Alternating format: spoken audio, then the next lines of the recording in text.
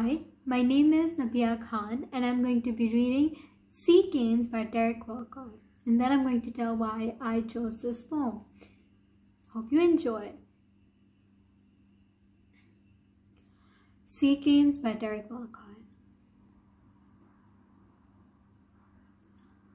Half my friends are dead. I will make you new ones, said Earth. No. Give me them back as they were instead, with faults and all. I cried. Tonight I can snatch their talk from the faint surf strewn through the gates, but I cannot walk on the moonlit leaves of ocean down that white road alone, or float with the dreaming motion of owls leaving Earth's float. Oh Earth, the number of friends you keep exceeds those left to be loved. The sea canes by the cliff flash green and silver. They were the rough glances of my faith.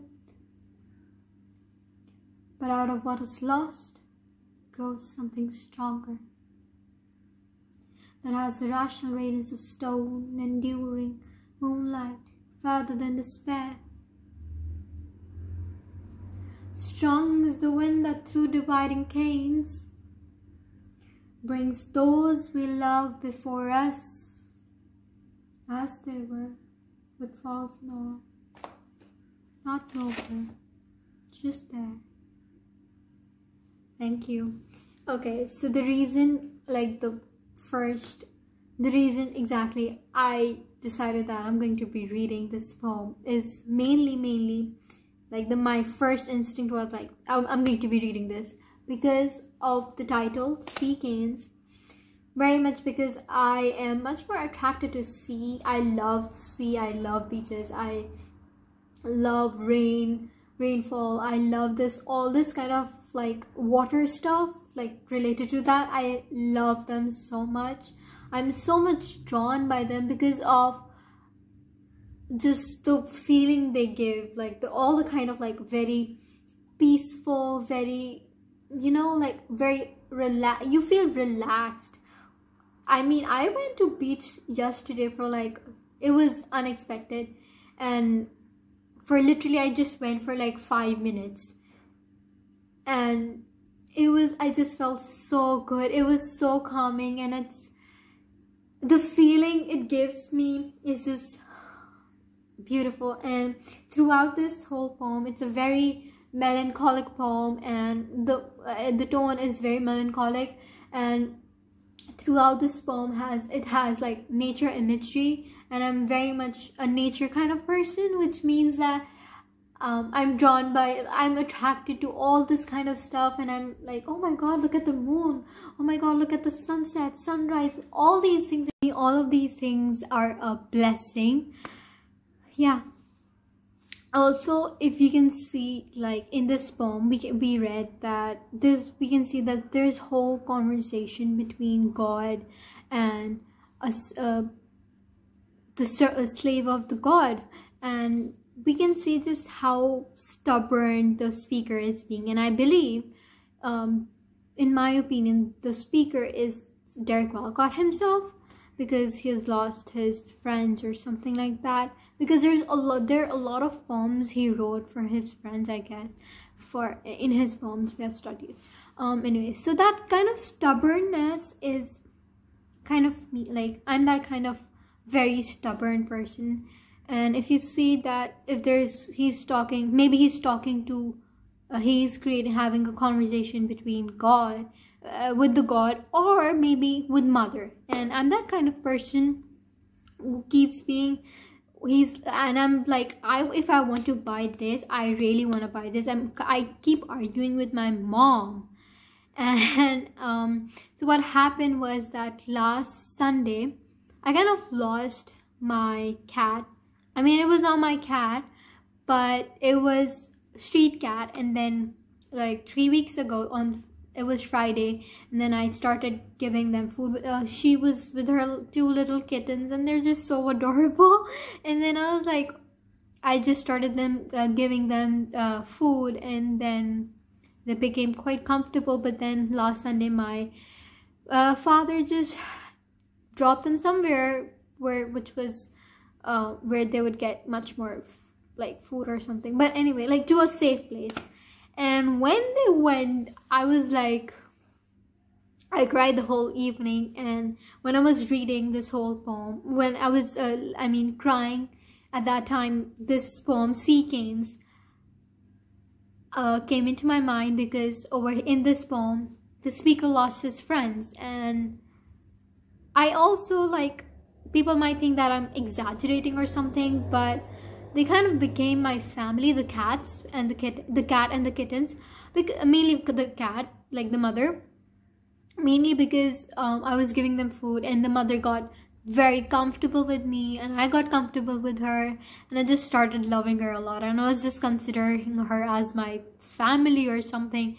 And then now the speaker has lost his friends, and I lost my cat, and I was being stubborn that, I was like, I want them back, I want the cats back. But I realized that and then there's just one line I believe the speaker is saying, and that this is the only positive line the speaker says, which is that but out of what is lost grows something stronger. And I do believe in this thing. I just really believe in that. Okay, whatever happens for a reason. It could be for, like, it is actually for your good, because of what I believe, that whatever happens, God does that, and God is the planner, and God is the best planner of all. God, I believe in that. So I just left to it. And then now I really genuinely prayed for them, that they're living in a much more, like the cat and the kittens are living much more better life and they had over here. Throughout this poem, this is a very melancholic, and this is a quite straightforward poem, because whenever I'm reading Derek Walcott's poem, I'm like, what is he talking about? And I literally have to dig in deep, that, oh, this is this, and this is what he's talking about. And I was like, yeah. So these are like the reasons why I decided that I'm going to be reading Derek Walcott's poem, and I really would like people to read his poems, and they're definitely gonna enjoy it, especially and yes, and there's this whole post-colonial idea as well, that he lost his friends because how the invaders just really took over the Caribbean and kind of like ruined the life, which I think people over here in Pakistan, India, and all the other places can relate to his poems, that we can feel that way, the loss people might have felt, especially the generation of like my grandfather and my grandmother. So yeah, yes, that's it. Bye. Hello everyone, today I'll be making a reaction video to the poem Sea Canes, read by my friend Nabiha. So first of all, I really loved this poem, and I really loved the way Nabiha read it. It really added to the effect of the poem, and it really made me feel the sadness and the gloom that was presented, the sense of loss, since the theme of loss is really big in this poem, and the whole water imagery used, the moonlight, the owls mentioned. It was a really good poem. I really liked it. For me, this poem is about the importance of getting to know the importance of something after you lose that person. So this person who has lost his friend is now thinking about the thinking about the way he loved his friends, and despite all their faults and their the bad things about them, which is what love is. You know, you love someone and you love them despite of all the bad things about them. Plus I really like the line, but out of what is lost grows something stronger. It's I think it's a really important line in this poem, because it kind of sums it all up. At least for me, it's a really important line, because it's like when you lose something, then only do you realize the importance of it, and you start to appreciate the person or even the thing that you lose. So yeah, I really love this poem, by the way. Okay, so hello everyone. My name is Alize, and I've been told to make a response video by my dear friend Nabiha. So first of all, I want to say that Nabiha, you did a good job. I absolutely loved the way you recited your poem, and I look forward to when it will be uploaded so everybody can appreciate it as well. So okay, so let's get down to it. First of all, I loved the way she read it, and the first line was very, it kind of hooked me to the whole poem, I'd say, because when I initially heard her say sea canes, I thought, like, who would name their poem sea canes? Like, there are a lot of names that you can come up with when you start reading the poem. Like, it could be named like, life after death or anything like that. But sea canes, it's just, the name is just so striking that when you read further, you're just like, how can you relate all of this with just sea canes?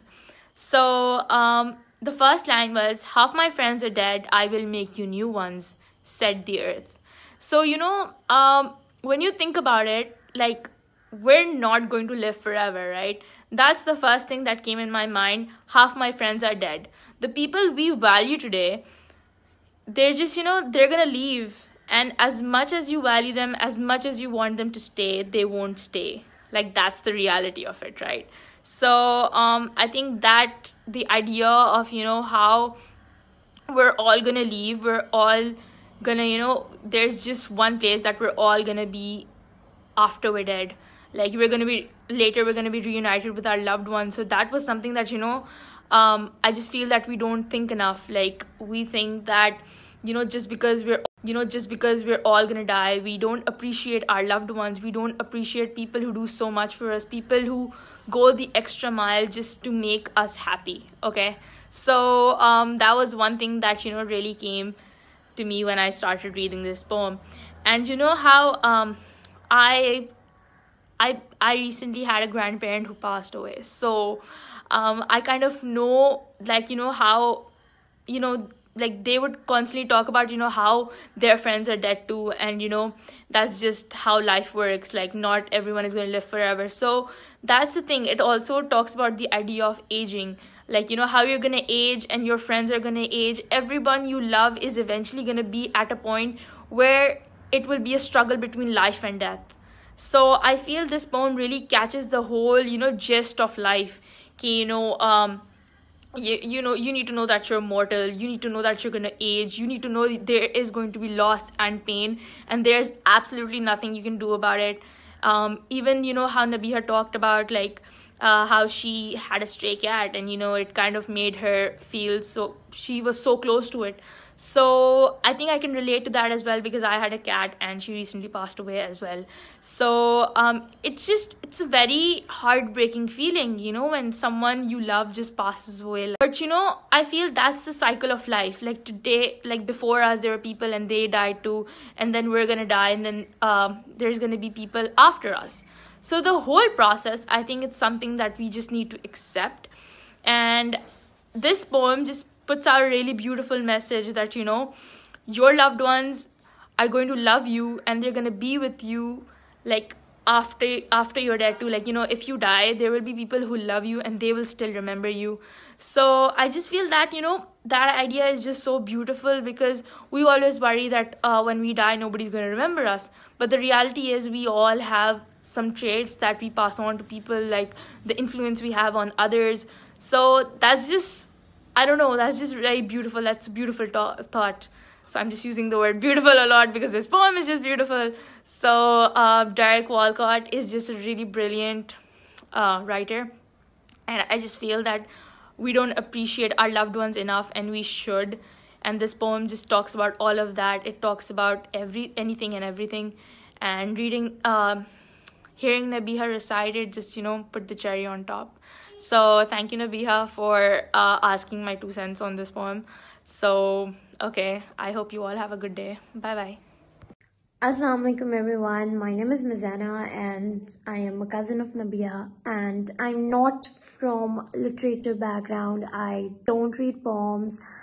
So yeah, I'm just gonna give a basic view of how I thought she recited the poem. So yeah, okay, so starting off, it was a beautiful poem, and I just loved the way Nabiha recited it. And personally, what I loved the most and what made it easier for me to understand it was the way she was, switching between her emotions while reciting it. And personally, I know Nabiha, and she just loved nature, animals, and all these things. So she was pretty much more connected to the poem personally, I think. So yep, I just loved it. Thank you. Allah Hafiz.